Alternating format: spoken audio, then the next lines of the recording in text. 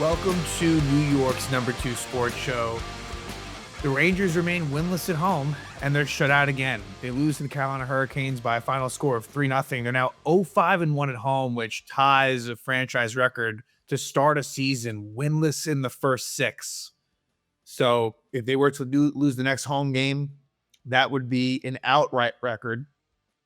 And the Rangers got off to a great start in this game, where they had a ton of chances, first 13, 14 minutes. But then Carolina scores a power play goal, and the whole game really turns. Yeah, Rangers played a solid second period. I didn't think it was great. It was okay. It wasn't bad. And the third period was just absolutely nothing. Carolina at that point was up 2-0. They scored a late goal in the second period. The Rangers mustered up one shot on goal for basically the last 28 minutes of the game. So we can round it up to basically the last half of the game, almost 30 minutes, one shot on goal. And I'm pretty sure it was a dump it was the one shot. So to me, it's really hard to defend the Rangers here. Yeah, it's one thing if what the Rangers had put out for the beginning of the game, they did it the whole game, then it's one thing. But that was disturbing. And I keep on going back to there's just a lack of talent on this team. It's what it comes down to. But there's just oddities as far as the Rangers being 6-1-1 on the road, which is one of the very best records on the road in the NHL. But on the flip side, they are the worst team at home, 0-5-1. And to take it a step further, and to me, look, the offensive struggles, they don't just exist at home, but they're really, really extreme at home. So you want to break down the 6 games. They've been shut out in 4 of them.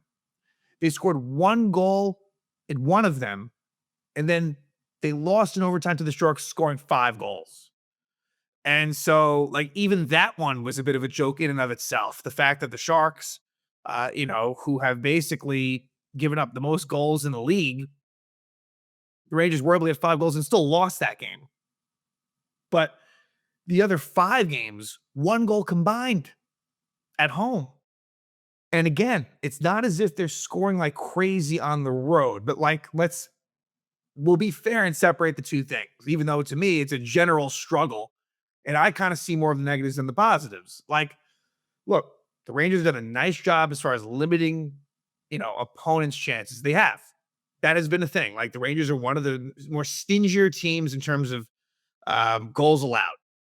But, again, what's been going on here is really pathetic. And here's the thing, too, right? It's easy to say, well, Carolina's a really good team.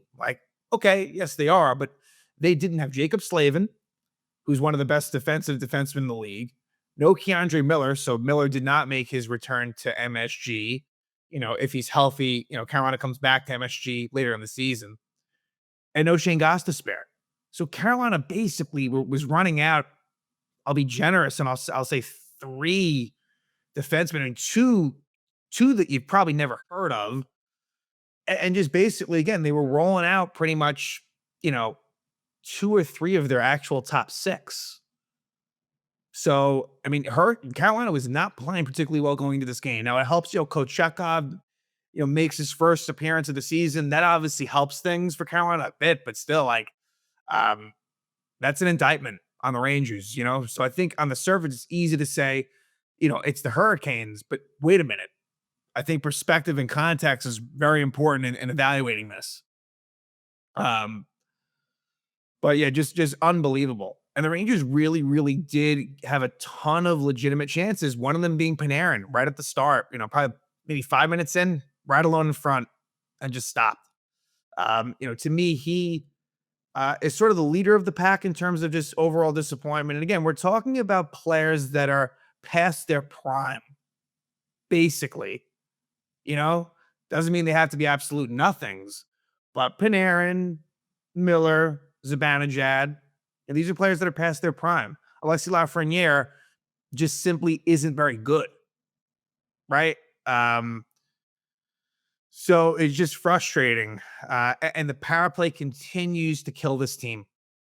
Right? The fact that I just brought that up only now is almost wrong on my part, because that's been something that's just been frustrating me, where it's one thing to not score 5-on-5, but you have the man advantage, and it's been the same theme. It's been the same exact theme this year where it gets worse and worse, where the first few power plays, there actually are some chances, even though I'm not really confident they're going to score, but there are actual opportunities.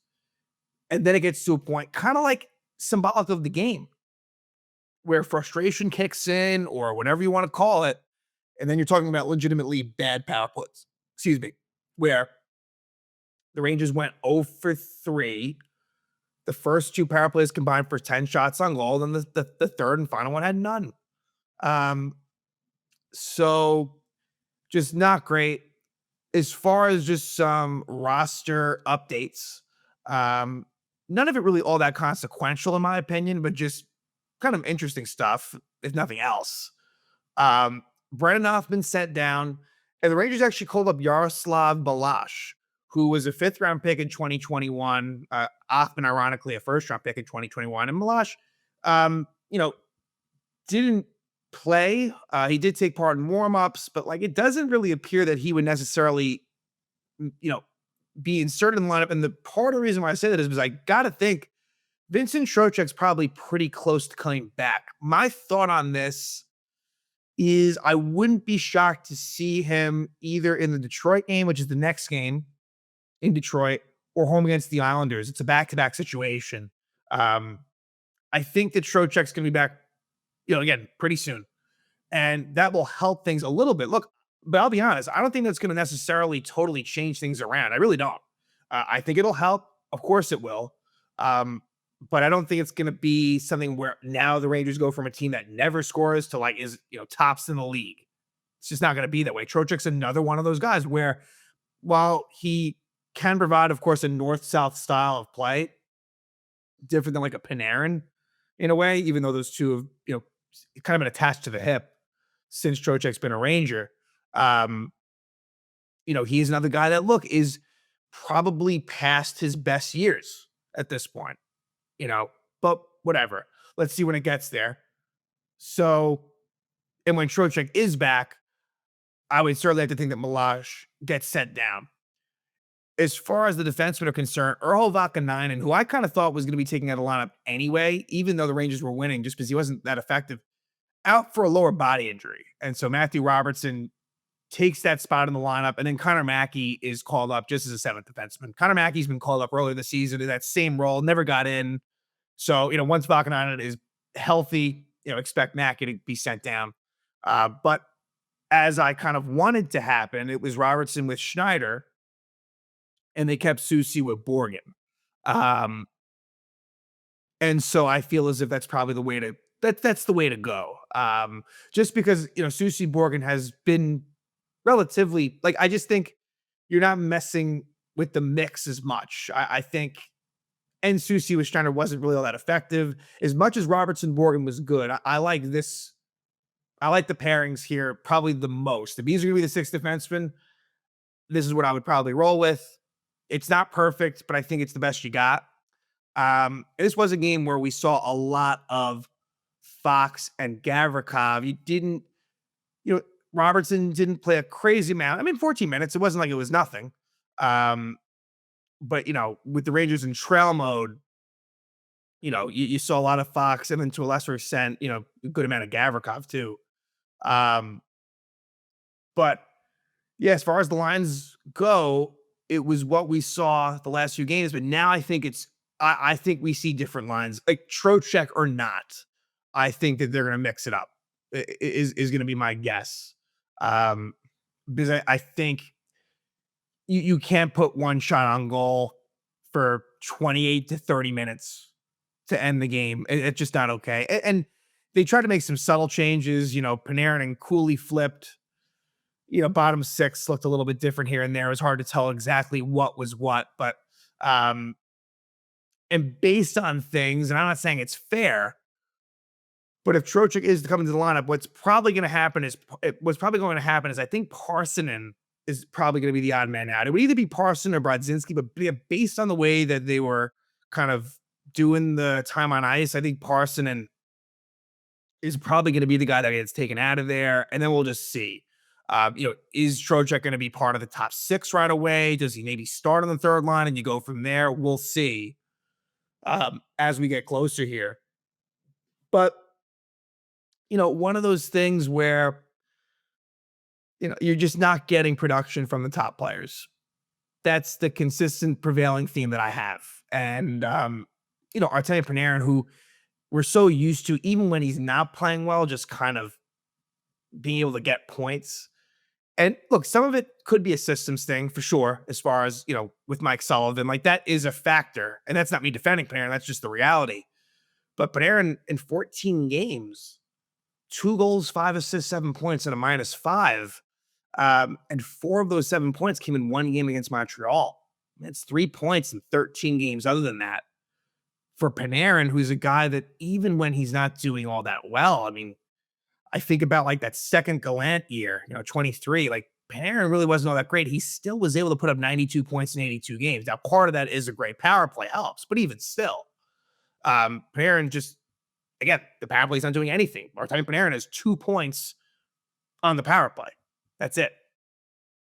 Um, so yeah, it's just, it's unacceptable. And I'm not confident that it's it's going to get a whole lot better. I mean, here's the thing: it can't get worse. This is bad. This is really bad. So obviously, it's going to get better. But then with that, the things that were good, that naturally gets worse. It's a little bit of a give and take, right? It's not fair to say, oh, well, Panarin, Miller, Lafreniere is managed. Well, now they're all going to be great, and there's going to be no other things that were really good that take a step back. I mean, that's just the way that it can go. But you look at the Rangers compared to other teams, and there's just the Rangers don't have young talent, and the Rangers don't have great core talent. And so they're going to have to win these low scoring 3-2 type games. And if the power play is going to be as bad as it is, you're really in trouble. And Carolina actually had the worst power play in the league coming in. It's been terrible. And they were able to get a big power play goal. That's the frustrating part, where the Rangers are just dying for that big power play goal. Carolina gets it. Rangers don't. So, like I said, the first period, really, the first 13 minutes were very good. Rangers were so much better than Carolina. And look, Carolina does have a little bit of excuse. I mean, again, that the defense, I mean, these are the names we're talking about here. One of them, the first one I'll mention is actually someone that's, more of a known veteran who's actually been very good. This, to be fair. And maybe I shouldn't put him down so much, but Mike Riley is one of them, but he's probably to the lesser degree of it. Like it's more so Charles Alexi Legault. He, is one of the defensemen, as well as Joel Nystrom. Look, I got to be honest; these are players that I had never heard of before this game, so it's tough, right? I mean, no Jacob Slavin, right? I mean, you think that would be something that you want to take advantage of. They couldn't do it. No Keandre Miller, right? You want to say whatever about Keandre, but look, even at his worst, like this is a legitimate NHL everyday defenseman. He is. And then Shane Gostisbehere, who gives them, a good offensive component on the back end. He wasn't in either. So, but Carolina's able to weather the storm. And the Rangers had great chances. I mean, Panarin, Miller, come to mind as having really good opportunities, but they don't score. And, in the middle of all that, at 6:53, Jankowski holds Parsonen, but the Rangers don't score on the power play. And look, they had a lot of chances on that one. They did. They don't score. 13:01, Gavrikov slashes Seth Jarvis.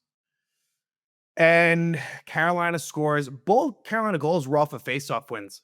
And it's Nikolai Ehlers finally scoring his first goal as a Hurricane. The former Winnipeg Jet finally breaks the schneid against the Rangers, assisted by Walker and Aho at 13:30. So Zibanejad loses the faceoff clean against Aho. And then Walker is able to find Ehlers. Quick shot by Ehlers, and it goes in.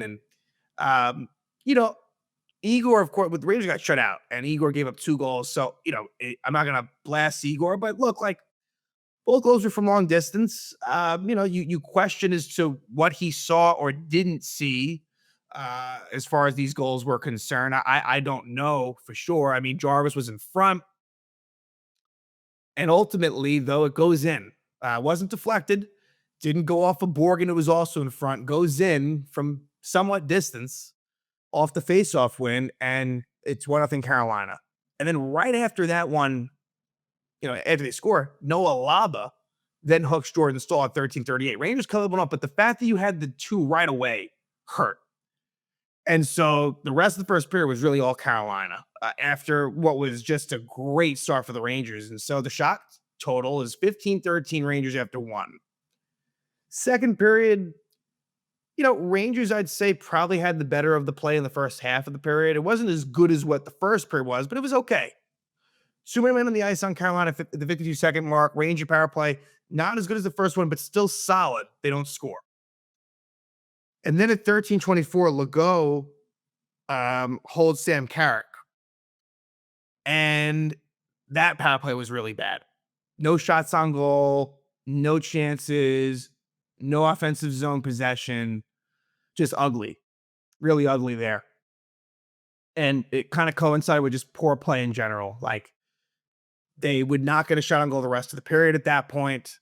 They would only get one shot on goal, and I believe it was a dump in by, I think, maybe Adam Fox in the third. I mean, it's crazy. And at 17:07, Sean Walker scores his second goal of the season from Riley and Jankowski. And this is one where Jankowski wins the faceoff against Laba. Now, what I'll say is, and part of it was because they were on for a while before that, not a great icing by Braden Schneider leading into this. It wasn't entire, and not that anyone ever tries to do it on purpose, but it was one that looked avoidable. And so you got to take that into account here. But Walker is able to just take a kind of an innocent wrister from the right point, and it, has eyes, and it goes through Shesterkin and in. Again, a goal from long range. Give Carolina credit for really getting the better of the Rangers in front of the net. Really, kind of on both ends of the spectrum, I would say, offensive and defensive zone. The Carolina, once they got to their game, Rangers just were stifled and just really couldn't do anything. Really, middle of the ice was not to be had for the Rangers. Carolina was the better team, and really won the neutral zone, like, in a very, very dominant fashion. And that's the thing with the Rangers too. So just to get back to the game, 18-14, JT Miller hooks Jackson Blake, but the Rangers do kill it off. So we go to the third period down 2-0. And this has just been a very similar script.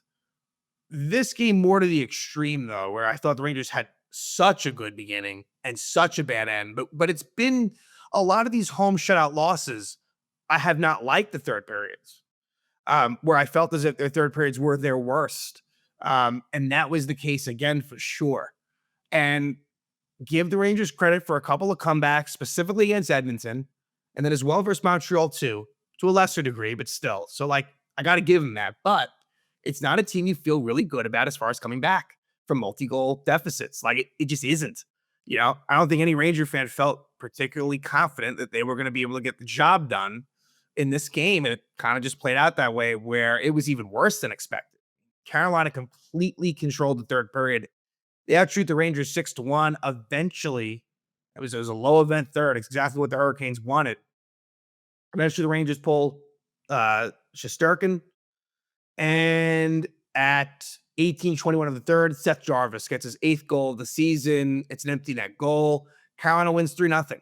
So 0-5-1 at home. Just terrible. And as I'm recording this now, the only team that had also not won at home is currently winning in the LA Kings. And even if the Kings don't win this game, they still play another home game before the Rangers play their next home game. So there's a good chance by the time the Rangers play the Islanders on Saturday night that the Rangers will be the only team in the NHL that does not have a home win.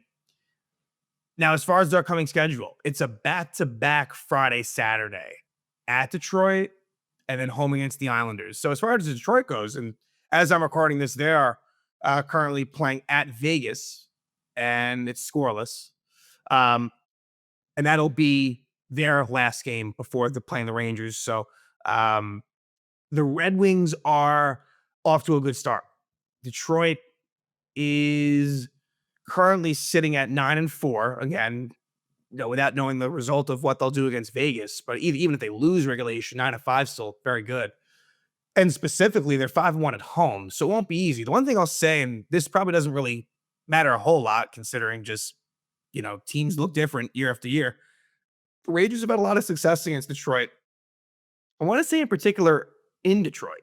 It feels like the Rangers in recent years have done very well. Where like in a lot of games, remember they didn't even deserve to win, got outplayed, but just have always kind of found a way to get the 2 points pretty consistently. So we'll see if that means anything. My guess, again, sort of based on the feeling of recent years and the usage, I would feel as if Jonathan Quick would get the Detroit star and then just Shesterkin versus the Islanders. I feel pretty confident that the only thing that would maybe dictate otherwise, if Sullivan really wants to switch things up as far as like just the home struggles, but I don't really, I don't really subscribe to that. I think like that's almost overreaction. Um, and so I'm almost certain it's going to be that they're not going to go Igor for both. It's a back-to-back scenario, and Quick, at that point will have not played for a while. So expect Quick versus Detroit, and then Shesterkin versus the Islanders. Um, but yeah, in some ways, I'm kind of more curious about the home Islander game, given all the home struggles. But look, it's a good thing the Rangers go on the road. They've had success. I mean, I don't exactly know how they are 6-1-1 on the road. That's almost as equally befuddling to me.